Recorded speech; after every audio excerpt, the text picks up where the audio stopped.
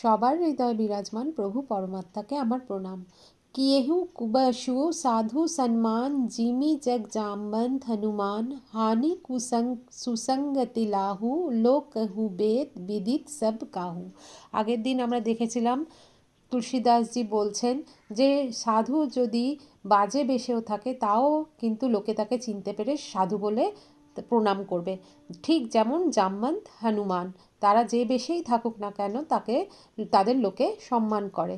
হানি করে কুসঙ্গতি, আর সুসঙ্গতিতে লোক উন্নতির পথে হাঁটে। এটা সবাই জানে, বেদ জানে, আর প্রতিটা লোকও এটা জানে।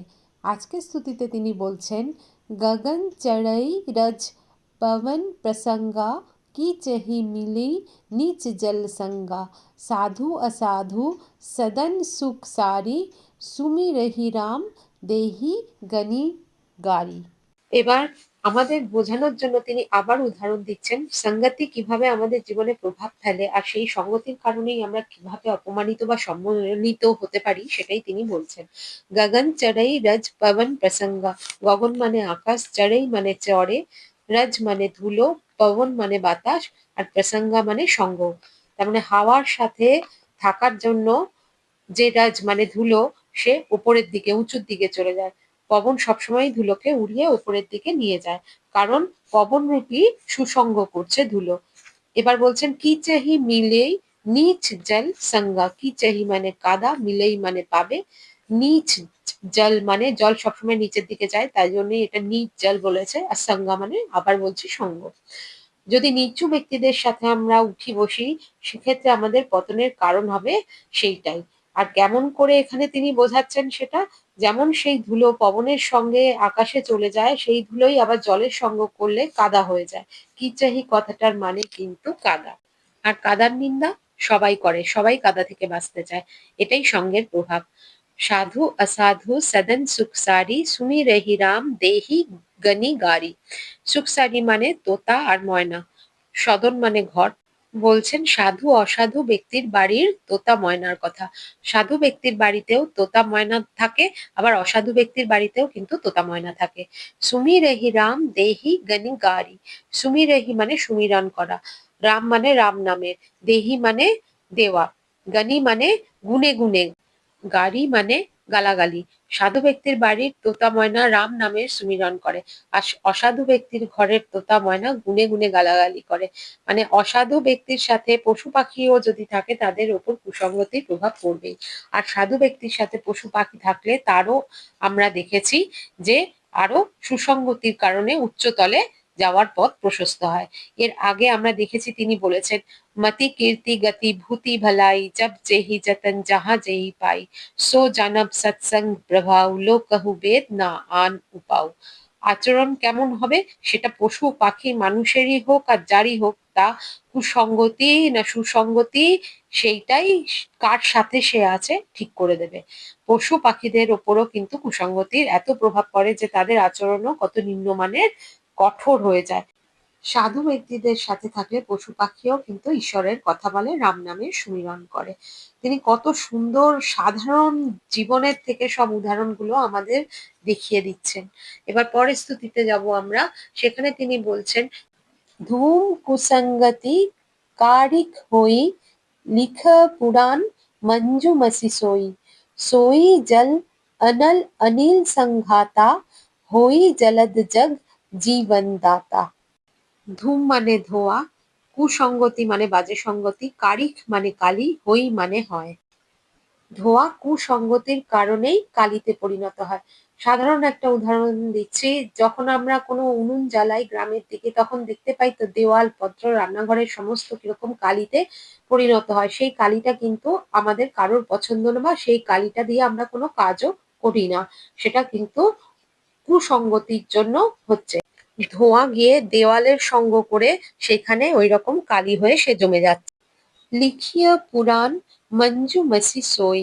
লিখিয়া মানে লেখে, পুরাণ মানে পুরাণের কথা বলা হচ্ছে, মঞ্জু মানে সুন্দর, মাসি মানে কালি, আর সই মানে সেটা। কিন্তু সেই দোহাই যখন সুন্দর কালি হয়ে যায় বা কালিতে পরিণত হয় এবং লেখে, পুরাণ লেখে, পুরাণ লেখার কাজে আসে তখন সেটা, ধোঁয়া থেকে যে কালি উৎপন্ন হলো সেটাকে একটা পাত্রে জড়ো করে এতে জল মিশিয়ে কালি তৈরি করা হতো প্রাচীনকালে।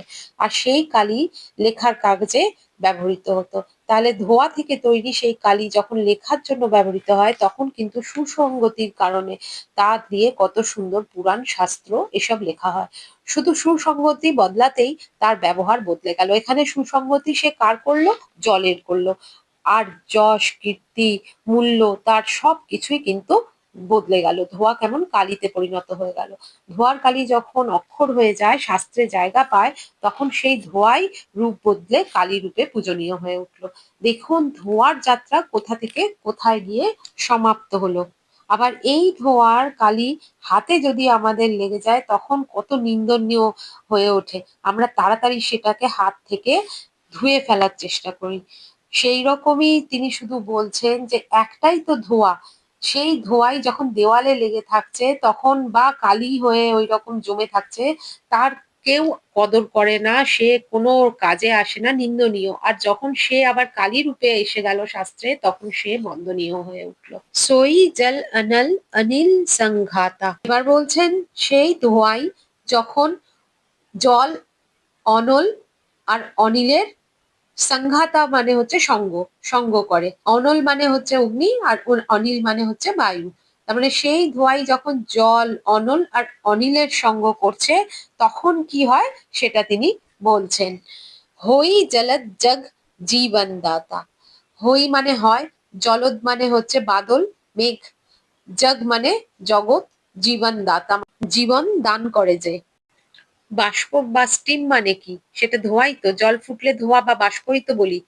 এই ধোঁয়াই যখন আগুন, বায়ু, জল সবকিছুর সঙ্গে মিশে তখন কিসে পরিণত হয়? মেঘে, বাদলে পরিণত হয়। সারা সংসারকে সে তখন তৃপ্ত করে, বৃষ্টি হয়।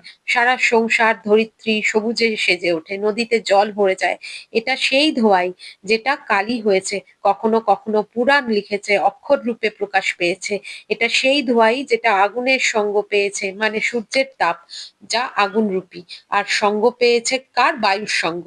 কত আকার মানে শেপস সে পরিবর্তন করছে দেখুন। সেই ধোঁয়াই কিন্তু পরিবর্তন করে চলেছে নিজের আকৃতির, আকার বদলাচ্ছে সৎসঙ্গতির কারণে। সেই রকমই আমাদেরও মনের আকৃতি, গুণ, শুদ্ধতা সব বাড়তে থাকে সৎসঙ্গতির কারণেই। সেই অনুযায়ী আমাদের প্রকৃতি বদলে যায়, যা সম্মানযোগ্য হয়ে ওঠে। অন্তঃকরণের শুদ্ধতা বেড়ে যায়। তুলসীদাসজি দৈনিক জীবনের কত সার্থক আর প্রামাণিক উদাহরণ নিয়ে এসেছেন। এক বুদ্ধিজীবী ব্যক্তিও এই উদাহরণের মাধ্যমে বুঝে যাবে, কারণ তার বুদ্ধির স্তর তো এত সক্রিয় যে সবকিছুতেই সে যুক্তি খুঁজবে। আবার যে একদম গ্রামের লোক খুব সহজেই সে বিশ্বাস করে নেয় সবকিছু, সে বুঝেও যাবে যে তাকে কি বোঝানো হচ্ছে। আর এটাই শ্রীরামচরিতমানসের কিন্তু বিশেষত্ব। এর রচনাই তাদের জন্য করা হয়েছিল যারা সাধারণ লোক, বেশি পড়াশুনো জানে না, যাদের খুব জ্ঞান নেই, অথচ আধ্যাত্মিকতার প্রতি রুচি আছে। তাদেরও তো খুব ইচ্ছে করে যে শ্রীরামের চরিত্রটাকে জানবে, পড়বে, বেদে কি আছে, শাস্ত্রে কি আছে, মুনি ঋষিরা কি বলেছেন, সংসারে মহাপুরুষরাই বা কি বলেছেন, সেগুলো তারা কিভাবে শুনবে, কি করে জানবে, বুঝবে। তাই রামের কৃপায় তুলসীদাসজি শ্রীরামচরিতমানসের মতো অপূর্ব, অলৌকিক আর অদ্ভুত মহাকাব্যের রচনা করেছেন। তাহলে আজকের মতো রাম রাম।